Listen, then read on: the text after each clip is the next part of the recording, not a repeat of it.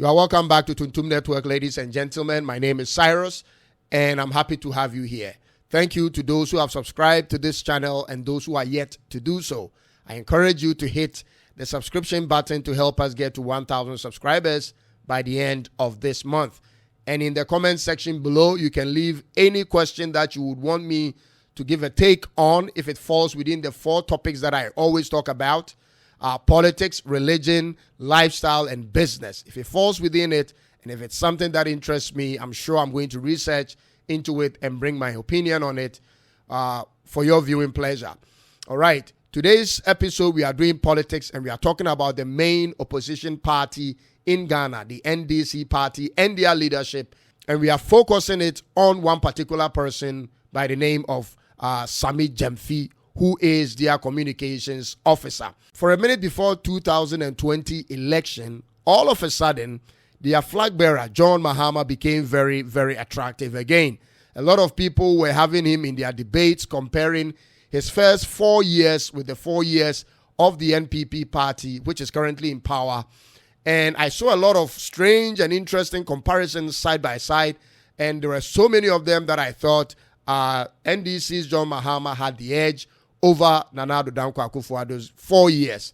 And I think a lot of that has to do with the effort of Sammy Gyamfi, so I have to give him props for that. And from that time to the early part of this year, John Mahama's name had continued to be very frequent in most debates in Ghana until Kennedy Agyapong came into the picture and announced his interest in becoming the flag bearer of the NPP party. It became a real thing, and now he's sort of sucked all the energy in the room, and the attention has been on him for a while. So as a normal citizen of a country, if anybody who is interested in politics, you'll be asking yourself, what has caused this change? I mean, what is happening here in the political atmosphere in Ghana? And one thing stood out clear to me. It's something that I've looked at from the year 2000 till now. And I want to share this with you as a sort of advice to my brother, Sammy Gyamfi, for the wonderful job he has done. I want to add this to his arsenal. The main challenge I see the NDC is struggling with, and they've been struggling with this since 2000, is this. I wrote it down here. Let me read it to you. Their inability to control the political narrative of this country. It looks as if the NDC since 2000 has been struggling or have been unable to control the political narrative, the agenda of this country. And I'll explain to you how this is affecting the party. You see, this is Sammy Gyamfi, all right? He is a communications officer. He's the guy on top. I like the guy. He's very articulate. He's very knowledgeable. And sometimes his knowledge is perceived as arrogance, especially when he's debating with, old politicians, experienced politicians who may be looking down on him because of his age. And that is a very typical thing in Ghana. I mean, for my international audience, in Ghana, when you are speaking and you're a young person and you are speaking to older people, they sort of expect you to give them that respect. And sometimes when you have your facts and you are bringing it out and they don't like it, they sort of tag you with the arrogance tag, and it's something very, very painful. And I urge all the youth in this country to be careful about that, because it could easily happen to any of us. You may know your stuff and they will tell you, oh, you are being arrogant, you talk anyhow, you talk as if you control something and all that. But that may not be the case. The case might be that you are really giving out facts which people cannot challenge. And so I encourage people to be skeptical about that and be able to know when somebody is being arrogant and when somebody is being factual or giving pointers after pointers. I'll tell you this as a matter of fact. At any point in time in the politics of Ghana, we need a strong opposition. And this one thing has proved to me that this should always be the case. Since 2020, when, the two parties in Ghana, the NDC, the NPP, sort of had an even number in parliament, it has been very difficult for the government to go around borrowing.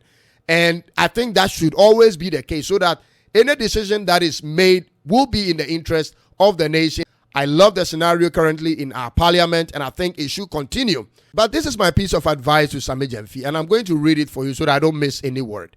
Sammy, are you aware that anytime I see you in any debate on TV or on any social media platform, it's usually about you being there to question a certain government policy or field initiative or answer questions pertaining to whatever the government in power is actually doing? Let me read this also to you, Sammy.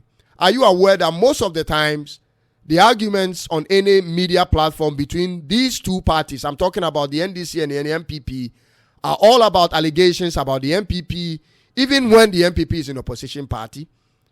Sammy, are you aware that the main topics being discussed most of the time on TV are usually about NPP failed policies or whatever policies they promised and couldn't deliver? I mean, this has been the trend since 2000. If it had never come to your desk, I'm here to give it to you for free. I don't know if you have taken notice on this, but it's something that is hurting your party. From 2000, I'll tell you this. It has been about a national healthcare policy. Then it went to free SHS. Then it went to one district, one factory, and so on and so forth. And even till 2020, 4 more for Nana even became a bigger slogan than whatever the NDC had planned for the nation. I think that time where NPP has controlled the media space for so long should come to a certain end. If you are an NDC guy, you should hear this and communicate this to Sammy Gyamfi on my behalf and possibly send my video to him for him to have a look at it. I think this is the time where John Mahama comes out to tell us exactly what he wants to do for Ghana in his second term. I don't know it, and I'm being honest to you. Most of my colleagues don't even know what NDC is about for 2024. They have no idea. And this is something that is hurting your party. Perhaps you want to wait till when you officially come out with it in a press statement. But those times are past.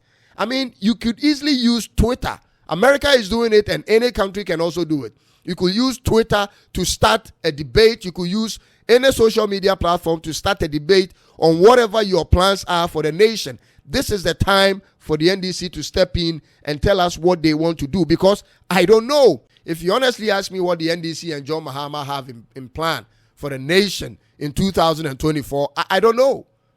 I mean, if you know it, please put it in the comment section below. But Sammy Gyamfi, I like you because of your age. The fact that you are young and you know your stuff, I love it. And the fact that you put people on their toes is something so good for this country. Every time I see you on TV, I see how the opponent is struggling to keep up with you. And I think that is working in your favor. I see they set the agenda. Most of the questions they ask you are questions that the host may have planned it out before you come there. I understand all that because I'm also in the media space. But what I can advise you on is I'll give you a simple scenario so that you can just take a look at it. For instance, if you are in a studio and perhaps they ask you a question like this. So, Sammy, in the last 6 years of MPP's policy of one district, one factory, what is your take on that? If I am you, Sammy, and this is a free advice I'm giving to you, you don't spend more than 1 minute on answering that question and moving on to the real things that the NDC want to do for Ghana. This is what I would say. Well, every Ghanaian knows how this policy may have done this or done that. Whether it failed or it happened, every Ghanaian knows about it. But this is what the NDC has planned for Ghanaians in terms of industries. Then you start rolling. Then you start hitting the road. Then you start rolling. I think this is how you get it done. The media houses will control the narrative. They will push you into answering questions that they want you to answer. And at the end of the day, what you want to talk about will have very little time to put it out there. I think this is something that should cut across all your communication team. Everybody should come to that table where they know that any questions they are asked on any day, on any platform, they have just about 1 minute or 2 minutes to respond to that question, and then they veer off to talk about things that the NDC and John Mahama really want to come and do.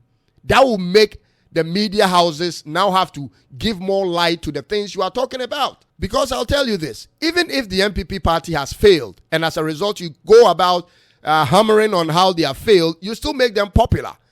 Because one thing I've known about media is this: bad publicity is still publicity. No matter how bad somebody is being talked about, the person's name is constantly out there in the air. And people get to know the person the more. And the moment the person does anything good, the same frequency is able to go that far. So if I were you, I wouldn't come to the studios as usual and be talking about things that is pertaining to the opposition party. I will speak a little bit about it and then veer off to talk about things that I want to talk about. If you do this and the rest of your team is doing it, eventually you see the dynamics of your politics and the topics and the agenda being shifted. And that is how it should be. Or else they will control the media as long as you don't learn and move away from it. truthfully speaking, there are so many things that I don't like about the NDC party. But there is one thing I can tell you for a fact, that in as much as Sammy Gyamfi is so smart, he would have never held this position in the MPP if he was a member of that party. I'll tell you that for a fact. Because they would have questioned his origin, who his political father is, how long has he served the party, and so on and so forth. We know how the MPP operates. But the fact that in the NDC, people from nowhere can walk in and be competent and can rise through the ranks and hold a position for that party, and the kind of opportunities they give to ordinary people, I always tell people it makes them attractive. Sammy, you are a young man who holds a big position which has a 50-50 chance of becoming government by 2024. And that is not a small feat. I know you are intelligent. This is a small piece of advice I'm adding to whatever you are doing there. I think it's about time you make few changes, and with the team that you have, so that moving forward we can have a strong opposition, we can have a big opposition presence in parliament, and then things can be done with the interests of the nation at heart. At the end of the day, Ghana will benefit if there are competences being demonstrated by opposition parties and parties in power. Thank you so much for being a part of this. This is very short and a piece of advice I'm sending to him. I hope he manages to get this video. And anybody who have his contact, please send it to him on my behalf. Thank you so much. God bless you. Please remember to subscribe and leave a comment if you have to. I'll see you again. God bless you, and bye-bye for now.